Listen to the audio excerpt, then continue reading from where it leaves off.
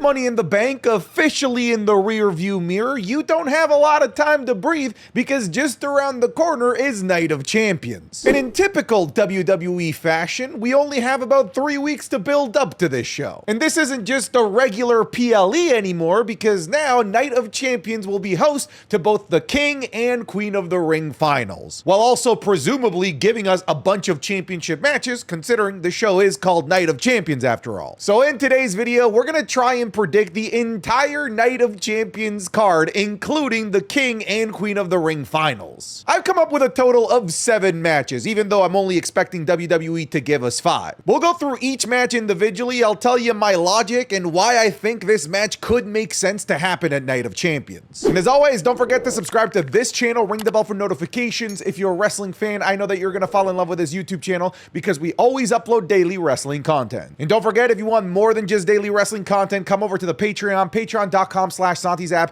Over there, you get the Raw reviews, the SmackDown reviews, the PLE reviews, a whole bunch of watch-alongs that use footage that we can never show here because it would just get blocked due to copyright. So go check it out, link in the description, as well as a link in the pinned comment. All right, let's get started with the predictions. Let's start things off by booking a match that includes one of the most popular champions that the WWE has today, a champion that has weirdly not been included in any of WWE's major shows, including Saturday night's main event, since WrestleMania 41. Yes, folks, I am talking about our WWE Women's Champion, Io Sky. Where has she been? She is way too good and too loved to be kept by the sidelines as often as she has been, and needs to absolutely be appearing on these major shows. So yes, I have Io Sky going into Night of Champions as the WWE Women's Champion. I do not think that she's going to be losing this championship between now and then, and I think that she's going to be having a match against somebody that they've been teasing over the last couple of weeks, against Liv Morgan. However, I am going to give you a little bit of a swerve because I don't think that this match should be at Night of Champions. In fact, I actually think that this match should be at the all-women's PLE Evolution, which is literally happening in 2 weeks after Night of Champions. So instead,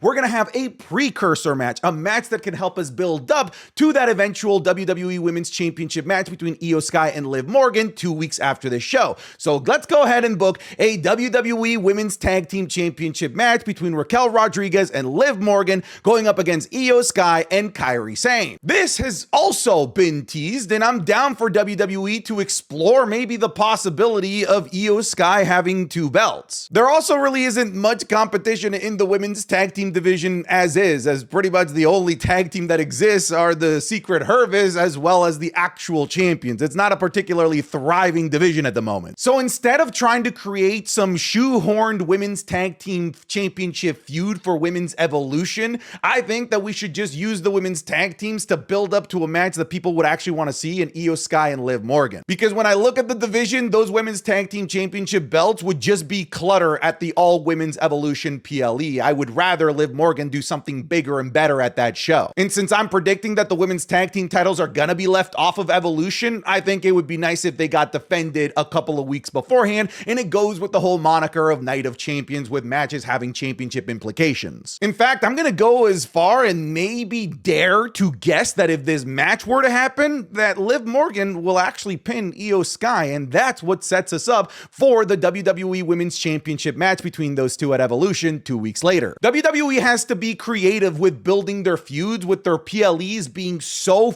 like just stacked together, that they basically also at times need to use the actual PLEs themselves to build to other PLE matches. And I think that this is going to be one of those cases. So I'm saying Io Sky, Kairi Sane versus Raquel Rodriguez, Liv Morgan, WWE Women's Tag Team Championships on the line. As I said, every single match that I'm booking here either has championship implications or is for a championship. So let's go ahead and book one of those championship matches. I think that we're going to be having Jacob Fatu, Yaramin. Oh my God, I sounded horrible when I said that. I'm clearly not as cool as Jacob Fatu, as we already pretty much knew that. Now, you might be wanting to pull the trigger on Jacob Fatu versus Solo Sikoa here based on what's already happened over the last couple of days at Money in the Bank. Jacob Fatu turning full-blown babyface. Jacob Fatu taking out Solo Sikoa, hitting us with the famous line that we were waiting for, the Solo, I hate you. But I think that that's going to be a bigger match, maybe Jacob Fatu SummerSlam match. So in the meantime, let's do a little bit of a tune-up match for Jacob Fatu, a match that has already been built towards over the last couple of weeks on Friday Night SmackDown, that being a match against El Campeón, Damian Priest. Yes, this is a babyface versus babyface matchup. Spoiler alert, it's not the only babyface matchup that I have on here, but this has already been built as a babyface versus babyface match even before Jacob Fatu turned on Solo Sikoa. We've been hearing Damian Priest cut promos about how awesome Jacob Fatu is, how much respect he has for him. They already had a conversation backstage where Damian challenged him. Jacob Fatu loved the idea of a match, and it was already like two guys that were ready for a fight and not afraid of each other, so it already had babyface versus babyface vibes. And now it'll have even more of those vibes with Jacob Fatu like actually being a proper babyface and becoming a big crowd favorite. So if WWE is really serious about pushing Jacob Fatu, and spoiler alert, I really think that they are, I think that they need to keep this wave of momentum by making sure that Jacob Fatu doesn't miss this PLE. I think that you need to pull the trigger on him as many times as you can between now and SummerSlam to continue to build that ever-rising popularity of Jacob Fatu. But I also think that this is a smart match for Jacob Fatu because we know the type of competitor that Damian Priest is. If you can beat somebody like Damian Priest in an all-out brawl, you're going to just kind of garner the respect of the fans. Let's not forget, Damian Priest, former world champion, the guy that just won the feud against one of WWE's biggest heels in Drew McIntyre. Jacob Fatu beating Damian Priest here is a massive vote of confidence from the WWE to Jacob Fatu in this babyface push. And having the United States Championship on the line is a nice little extra bonus, so give it to me. US Championship match, Jacob Fatu versus Damian Priest. Next up is a match that I think is very unlikely to be put on this show, but the only reason I have it on here is because the division is rather weak at the moment, to the point where I think it might struggle to get on the all-women's PLE Evolution happening 2 weeks after this show, so I think WWE might want to give it its shine now. I'm talking about the United States Championship division. This thing is the complete polar opposite from the Women's Intercontinental Championship, but they might have something here. They may have started a storyline in a feud that might actually be able to turn into something bigger. It might eventually turn into a forest fire, and I think that the best way to really give it the best opportunity to take flight is by giving it a PLE opportunity. Triple H already said that one of the things that he's kind of concerned with is making time for everybody at Evolution because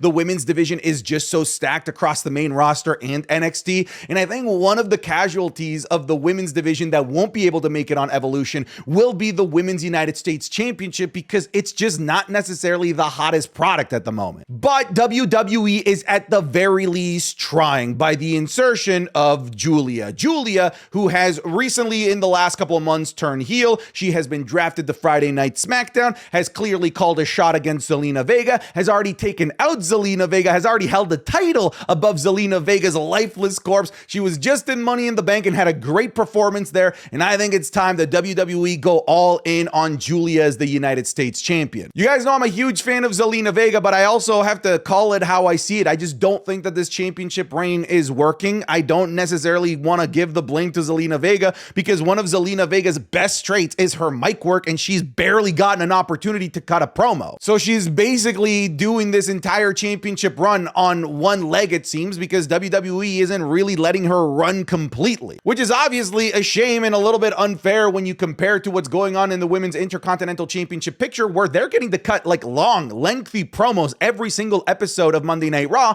Meanwhile, Zelina Vega can like barely struggle to get a backstage segment with a couple of sentences worth of words on Friday Night SmackDown. By the way, the longer show. Maybe that screams that WWE doesn't have a vote of confidence on Zelina Vega's championship run as a mid-card champion, and if that's the case, then I think that we just need to pull the band-aid and start to pivot somewhere else, and that pivot, in my opinion, really should be Julia. It's clear that WWE likes Julia. Within the first couple of weeks of being on the main roster, she's already having face-offs with the likes of Rhea Ripley, having matches against main eventers on Monday Night Raw, being inserted into the Women's Money in the Bank ladder match this year, something that they didn't even give to Zelina Vega, and they're already pushing her as the next big villain of the women's mid-card on Friday Night SmackDown. And I really think that this is one of these situations where you just don't need to overthink this. I think that that's the way that you should pivot. You're clearly already building the structure to pivot towards Julia, so let's pivot towards Julia before the end of the month. This, of course, means that I'm predicting that this championship will not be at the all-women's PLE Evolution 2 weeks from now, so let's give it a little bit of shine on this show. And once again, it keeps us with the moniker that it's Night of Champions and that championships will be defended, so sure, why not? Here's Sean. Boom! Oh my God! Oh, you got me good, brother. Okay, that's crazy. That's crazy. Oh! Oh, you know it. Spear! Oh! That was a sneak peek of this week's Wrestling is Cool Match Club, available exclusively on patreon.com/SantiZap. This week, we're looking at a match between the two most hated men in wrestling, Vince McMahon versus Hulk Hogan, in a bloody anything goes match at WrestleMania 19. We're going to Royal Rumble 2024 to see the match between Roman Reigns, LA Knight, Randy Orton, and AJ Styles for the Undisputed Championship. We're looking at an indie gem between Adam Cole as NXT North American Champion going up against Gunther. The super kick heard around the world because we're going to be looking at Shawn Michaels versus Shelton Benjamin from Raw in 2005. And the high-flying classic between Hijo del Vikingo and Rey Fenix at Triple Mania. You're going to get this, plus the Raw reviews, the SmackDown reviews, and a whole host of other series that we can never upload on YouTube because we use actual real footage that we just get blocked on YouTube due to copyright problems. So come check it out. It's patreon.com/SantiZap. I'm confident that if you even try for 1 month, that you're going to fall in love with all of the daily content that we upload there, plus the community that we have there as well. If you're already a patron, thank you so much for your support, but now let's get you back to the video. Next up, let's predict the Queen of the Ring finals. Now for this, you need to understand one thing. This is not the same as last year's King and Queen of the Ring tournaments. The layout is different.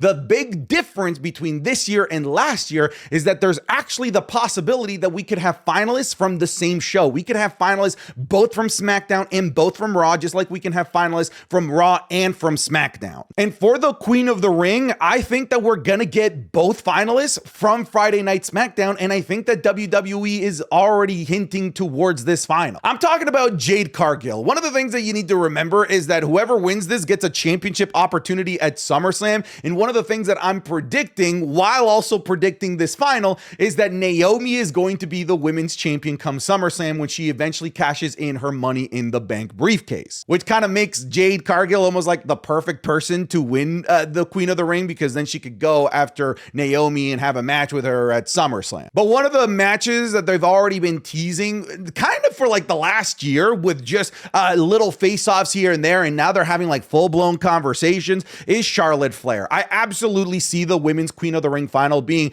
Jade Cargill, the Storm, versus the Queen, Charlotte Flair. Charlotte Flair is almost like the perfect villain for somebody like Jade Cargill to conquer, especially somebody that calls themselves the Queen from the Queen City, trying to win Queen of the Ring. It just sort of writes itself. And if WWE is really serious about pushing Jade Cargill as like one of your top stars in the women's division, then right now there's no better surefire solution to get somebody over than to just put them against Charlotte Flair, because Charlotte Flair just seems to be public enemy number one with literally everybody. It's funny that the internet wrestling community can rarely agree on anything, but it seems like most of them have just sort of come to shake hands that, yeah, we root against Charlotte Flair. That's what we do around these parts. And it might seem like I might be a foregone conclusion that like Jade would just win this, especially if Naomi is running around with the briefcase, but there's also the possibility where Jade Cargill loses because of an interference from Naomi, because their feud's still going.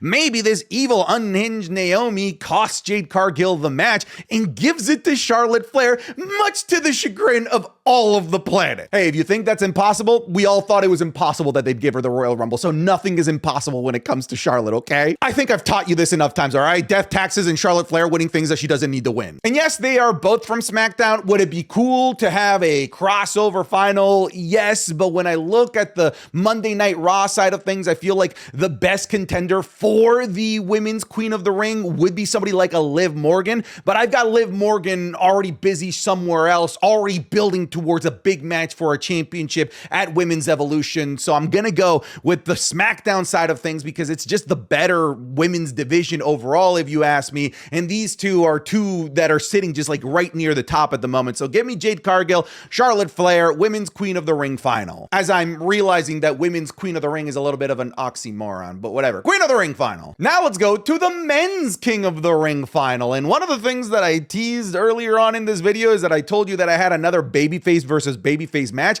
And this is one of those right here. One of the finalists that I have going for the King of the Ring is Cody Rhodes. And you might be wondering, why does Cody Rhodes need to go into this? He's already pinned John Cena. He should just get a championship opportunity against John Cena. Listen, that is logical, but this is the world of the WWE where logic oftentimes gets thrown out the window. And honestly, I think that WWE is pretty dead set on doing the rematch of Cody Rhodes versus John Cena at a bigger show. I think that they want that to be their SummerSlam headliner, with it being a 2-night SummerSlam. And with the winner of the King of the Ring getting an opportunity at SummerSlam, it just kind of makes sense to give Cody Rhodes this opportunity to earn a shot at John Cena. Yes, I know he should already have a shot because he pinned John Cena, but here we are. And it would be logical for him to just get a shot against John Cena, considering 2 years ago, Jey Uso pinned Roman Reigns, and at that year's SummerSlam, he got the championship opportunity. Last year, Solo Sikoa pinned Cody Rhodes and got the championship opportunity at SummerSlam. Cody Rhodes pinned John Cena. He should get the championship opportunity at SummerSlam, but I think they're going to make him go through this. Does Cody Rhodes need the King of the Ring victory? No, he absolutely doesn't. But I also argue that Seth Rollins didn't need the Money in the Bank briefcase, and they still decided to go with the safest option anyway. So I think that it's really just not that crazy to think that WWE would want to go with the safest choice for the King of the Ring final, having Cody Rhodes in it and probably winning. But I said this was going to be a babyface versus babyface match. So what other babyface? You might be thinking maybe like an LA Knight. I don't think so. I don't see it. I think this is actually going to be an inter-promotional match. I think we're going to have somebody from SmackDown in Cody Rhodes, and from Monday Night Raw, ladies and gentlemen, I got Sami Zayn making it to the finals. This would create a chaotic, awesome atmosphere in Saudi Arabia with super awesome, lovable Sami Zayn, who is super over in Saudi Arabia, going up against, in maybe one of the biggest matches of his career, against the most popular guy in all of WWE, the top babyface in all of WWE in Cody Rhodes, in a respect-filled matchup that could give us a match of the year contender. I think in some way, shape, or form, I think it's fair to say that Sami Zayn is going to be on this show, and with it being in Saudi Arabia, I would not be surprised if they give him a big, prominent match, and I think that that big prominent match is going to be the King of the Ring finals. And look, right now, I have Sami Zayn as the odds-on favorite to win the Royal Rumble in Saudi Arabia, and one of the things that WWE loves to do is to give people a heartbreak before they absolutely fill them with love, and I think that this is going to be the heartbreak for the Saudi Arabian crowd, where they're going to have to watch their beloved Sami Zayn lose the King of the Ring, only to maybe further down the line win the Royal Rumble in front of that very same crowd. And we know that this can continue to maybe build towards Sami Zayn carrying Cross, as Karrion Kross tries to manipulate, especially if Sami Zayn were to lose this. I think that there's a lot of fun things that you can do here in this babyface versus babyface match. So I'm not confident in this necessarily as I am with some of the other predictions that I've made, but I gotta say, I kind of love the idea of this. Next up, let's talk about the World Heavyweight Championship picture, which I believe will include World Heavyweight Champion Jey Uso. I am making this a day before his scheduled World Championship match against Gunther on Monday Night Raw, and maybe it's possible that Gunther has beat him. Maybe it's possible that Seth Rollins has cashed in. There are things that could happen between now and Night of Champions that could completely change the landscape of this championship picture. But my prediction will be right now that he will retain the championship on Monday Night Raw, and he will take this championship to Saudi Arabia and defend it against Logan Paul and Gunther. My prediction here will be that the Gunther and Jey Uso match will be maybe like a little bit of a borderline classic that will get ruined by Logan Paul, much to the chagrin of everybody, because we're getting a good match. Logan Paul ruins it. Disqualification finish. Adam Pearce sets this triple threat match at Saudi Arabia to really determine who is the world heavyweight champion. I know, groans from people in the back, the peanut gallery, upset that Logan Paul is getting another world heavyweight championship opportunity. Brother, if this guy hasn't won you over at the very least from an in-ring perspective, he's never going to. But at the very least, you can just admit to logic that WWE clearly wants him in this position, whether you don't want him, considering they're already putting him across in the ring with Cody Rhodes, with Jey Uso, with John frickin' Cena, and main eventing major PLEs. That's back-to-back PLE main events with Saturday night's main event and Money in the Bank. It really is not an unreasonable thing to think that Logan Paul is going to get another world championship opportunity within the same month. So I'm going to book it. I'm going to book World Heavyweight Champion Jey Uso versus Logan Paul versus Gunther. And maybe in the chaos of all of this, with so many people being involved, maybe this is where we get a cash in of Seth Rollins, and maybe we get in a Saudi Arabian heist of the century. And now let's book the main event. You already knew that this was going to be on here. I have WWE Undisputed Champion John Cena going in as the champion, and I think that this is a hardcore pivot. I don't think that this was the plan all along, but I think that Triple H, based on all the rumors that we're hearing, just did not want this to happen, because now his booking has been thrown out the window. So I think that they're just going to want to rip the band-aid and do this match as fast as possible so that Triple H's standard booking can get back to the ship that they were steering towards SummerSlam. So I have John Cena going in as the WWE Undisputed Champion against Ron the Truth Killings. I'm sure many of you know now that with his negotiations, R-Truth did the brilliant move to negotiate for him to be able to use his name that he owns, Ron Killings, on WWE moving forward, so that when he eventually gets released, he can use the name that was given a shine on WWE PLEs and TV. Maybe this is a loser leaves town situation. We don't know much about R-Truth's current contract. We don't know how long it is. We don't know if it's a short-term program, but I do think that he's going to be getting a championship opportunity based on how Money in the Bank ended with R-Truth taking out John Cena. But not just that, I think it's important to note that R-Truth held the title, which I think really signifies, I keep calling him R-Truth, Ron Killings. Ron Killings held the title, signifying that that's what he wants now. And I think that we are going to be getting a more serious version of Ron Killings here, a more serious version that could be a threat to John Cena, much like he was back in 2011. Right now, the Ron Killings and John Cena stuff is hot. I don't think that you can hold off on this. I don't think that this can wait until the fall. I don't think that this can wait a month. I think that you need to do this now. It's right there. And if we're going to have Cody Rhodes busy with the King of the Ring tournament, this is a perfect sidestep for John Cena as he builds up his heel persona to take out somebody that we all love, that we brought back with our own voice in Ron Killings. So book it, please. John Cena versus Ron Killings for the WWE Undisputed Championship. All right, folks, that's it. This is your opportunity to let me know down in the comments what you would book. Do you feel like any of mine are just reaching completely? Let me know. But that's it. I'm done. Get out of here.